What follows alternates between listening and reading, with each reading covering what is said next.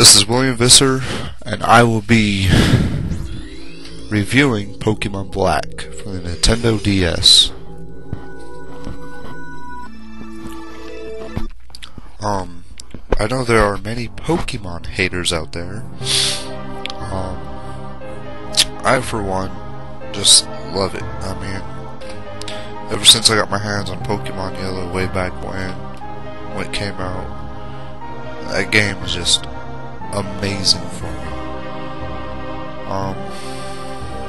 I can't go far into the storyline in this review simply because I don't like to be a spoiler per se of games. I leave that up to other people.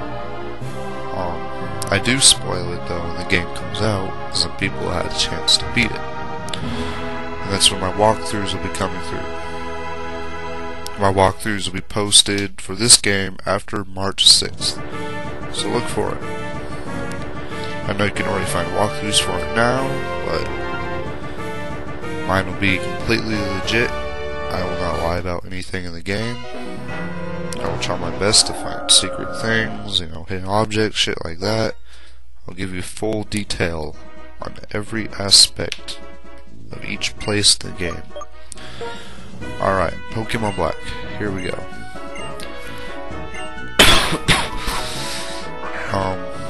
The Pokemon names and the name of the people in here are still under Japanese names because the person who translated this ROM of the game did not translate the names of the Pokemon or the characters.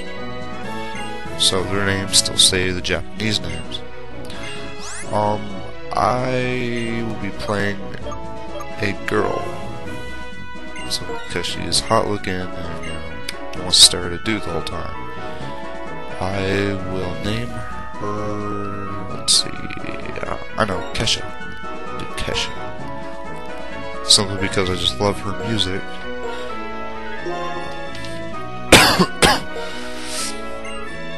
All the Pokemon in this game look badass, and I am not shitting you. I mean, every Pokemon I've seen looks the best. It's better than the Hoenn Pokemon. 10 times over. Better than that.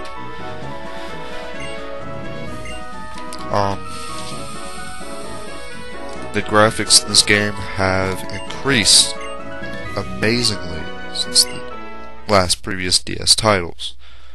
Everything is in 3D. There's none of that sketch crap here. It's all CG. All of it.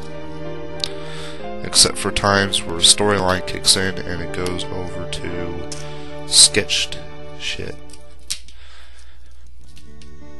The starter Pokemon in this game include a water Pokemon that looks like a beaver, a fire pig looking thing, and a snake. I don't know what the grass one is. I really don't.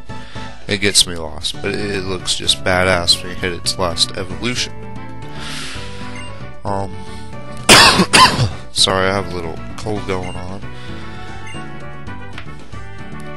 Alright, starter Pokemon include these 3 that will show up here in a bit. We have Pokeboo, which is the Japanese name for the fire Pokemon, such as Harju, and Minju, which is the water beaver. And I will pick Tissatarju, Jarja, whatever, because I think that's like the most badass Pokemon there. I don't know the Pokemon names because it hasn't been released. I haven't looked it up. Well, it's been released, I haven't looked it up. What we are about to do is enter a Pokemon battle. Over the past 10 years, I've seen the graphics of this game increase every generation. I mean, each generation comes out with newer and better graphics and gameplay. I seriously thought when the GBA versions Generation 3 came out, I didn't think it was going to be better than that. I really didn't. then bam, Nintendo DS comes out and all that. The only thing that sucks about this game is the leveling system. The reason why is because it follows the typical RPG style. I mean, the more levels you advance, the less experience you get from killing the same monsters at the same level, which wasn't the case in the previous Pokemon games, but now is. There are two new cool additions that I found in this game. One is the random battle, which is an online thing. I mean, Nintendo Wi-Fi connection.